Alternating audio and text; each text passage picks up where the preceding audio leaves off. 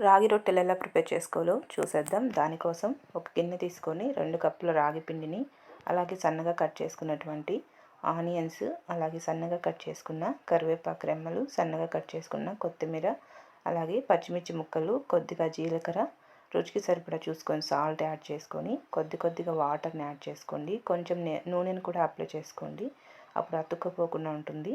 ఇలా బాగా మిక్స్ చేసుకొని కొంచెం వాటర్ని కూడా యాడ్ చేసి చపాతీ ముద్దలాగా కలిపేసుకోవాలి.